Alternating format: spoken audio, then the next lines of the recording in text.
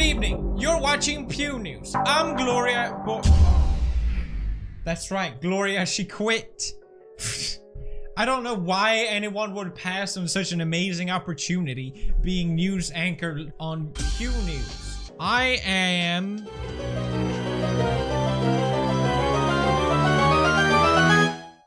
Poppy Harlow!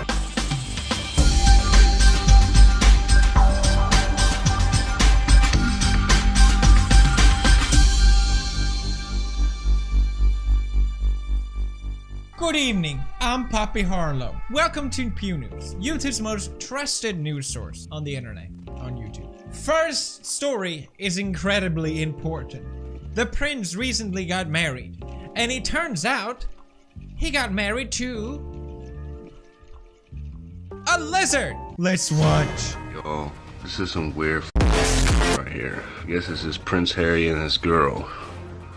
Her face does not move. Look at that. Are you kidding me? That's not normal. Oh my god. Uncovered, you've heard it here first on Pew News. No other news site is going to report this. Why? Because it's a Madame Tussauds mannequin? And I thought the queen was scary looking. Obviously, there's something fishy going on here. And you rest assured, me, Poppy Harlow, is going to dig deep into it to get you guys the fact. Get you guys the truth. Next story. I think since I'm new here, I want to have my own thing, you know? Gloria had the... I can't do that. That's not me, that's Gloria. I found this story to be really interesting. It's talking about a 9-year-old placed in rehab for her Fortnite addiction. She was so addicted that she wet herself to continue playing. Jesus Christ. Now, I remember back in the day when I played World of Warcraft and other MMOs, it was a social thing, like all my friends played it. So if you didn't play the game, you were basically out of the social group. So I can understand how games is so important to the youth, especially a game like Fortnite. You talk on mic, you play together. But it's clearly become over the top. You see all these videos of screechy little kids going, Jacob, get off. Get off. Get off. The Xbox. Turn it off. Turn it off. Turn it off. Come on. No. Yeah, you can. Turn it off.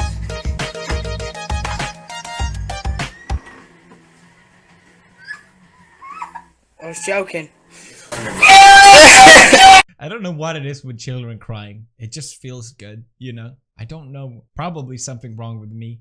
Poppy Harlow. World Health Organization recently classified gaming disorder as an official condition.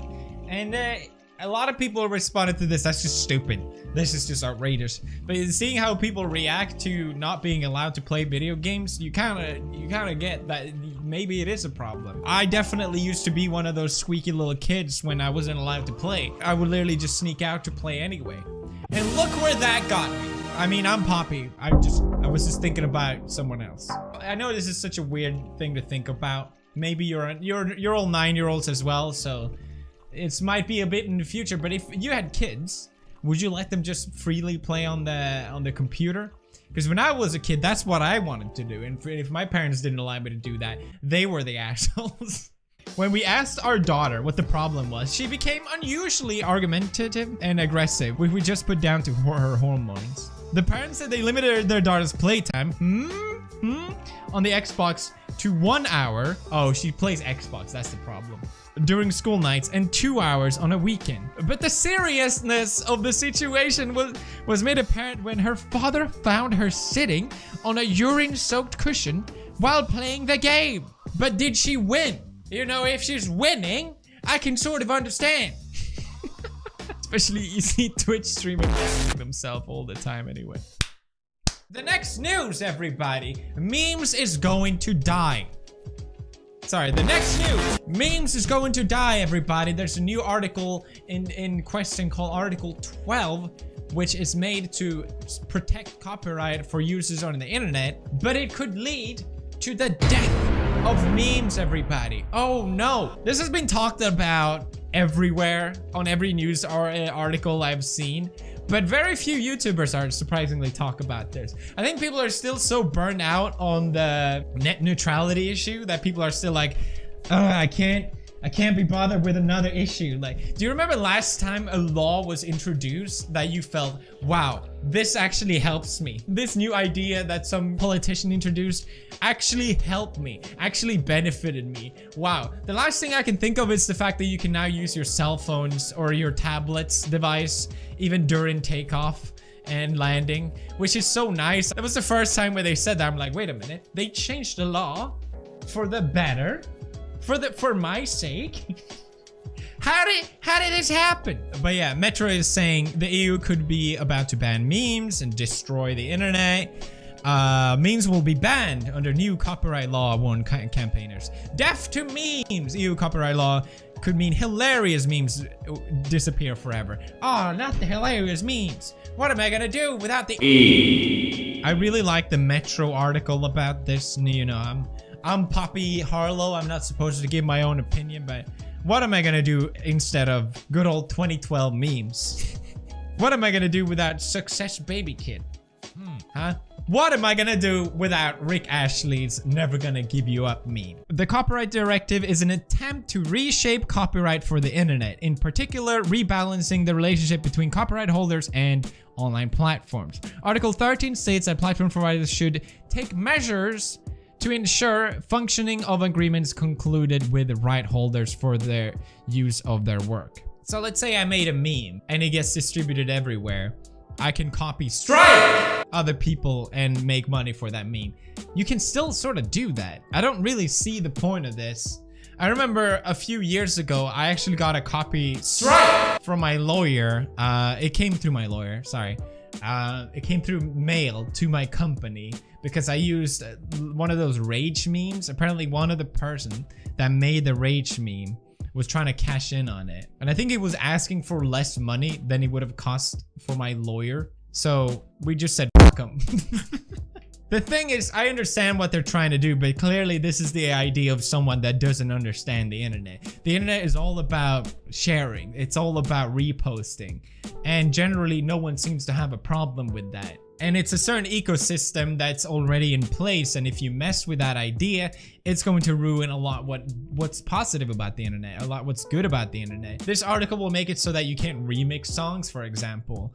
And these sort of things where fans put their own input on material, that's what makes the original material more popular. That's how things get spread around the internet. It's a positive thing for everyone involved.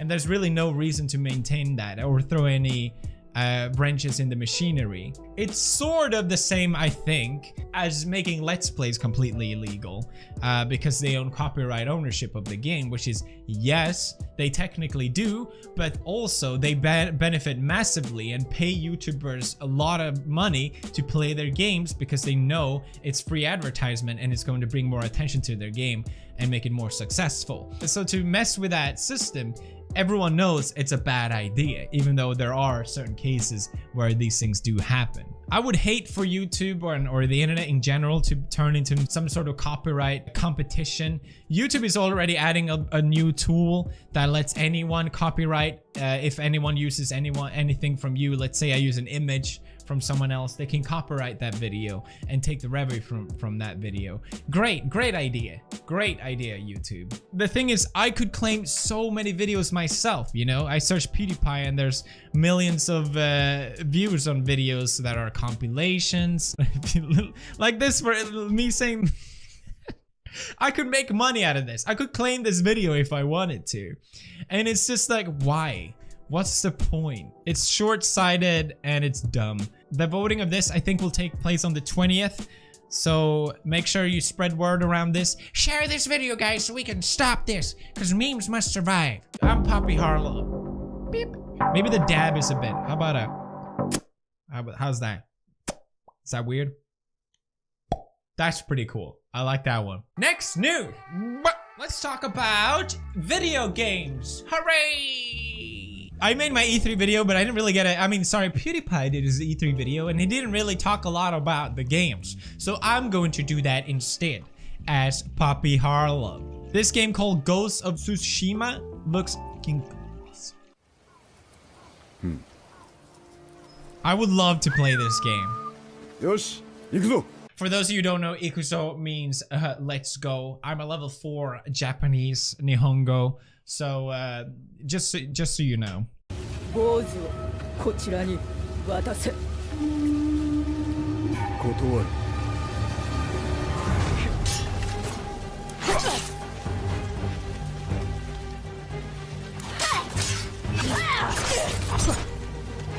Very, very exciting. But here's the problem. There's so many games that always look cool in the trailer. I remember this game, Rise, Son of Rome. The trailer looks so cool, right?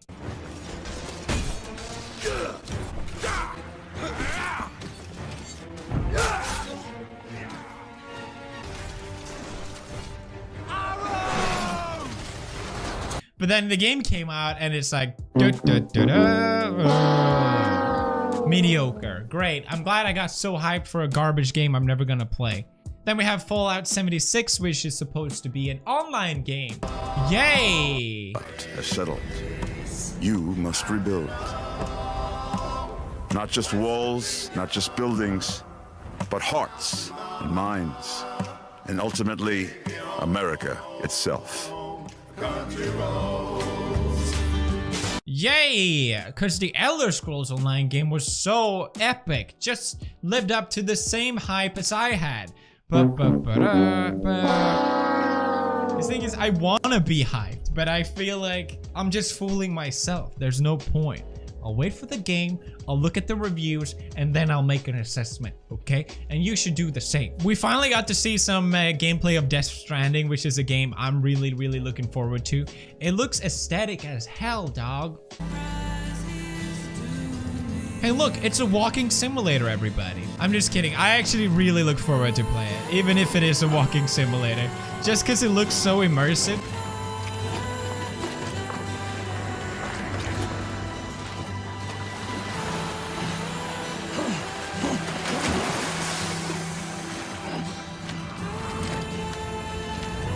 Come on, it looks cool. Last of Us 2, of course, I'm also gonna play. A lot of people seem actually mad about the kiss. And I'm always like, why? What's the big deal? Are you actually bothered by two girls kissing? Like, what's the actual issue? They kissed in the DLC. Oh, Ellie. I think they should be terrified of you.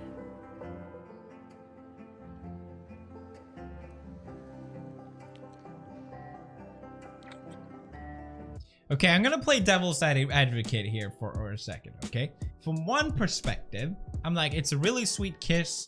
They already kissed in DLC. It shouldn't be that big of a deal. It was made so to contrast the darkness and gruesomeness of Ellie's character, going from kissing to really intense, gory battles and stuff, right? That's the point. That you're giving contrast, more impactful trailer that way. On the other side of the coin, I'm kind of like, they really showed it in our faces. If they want to be playing the social justice card or whatever, why can't you be more subtle with it? Can't you just be, without it being so in your face present?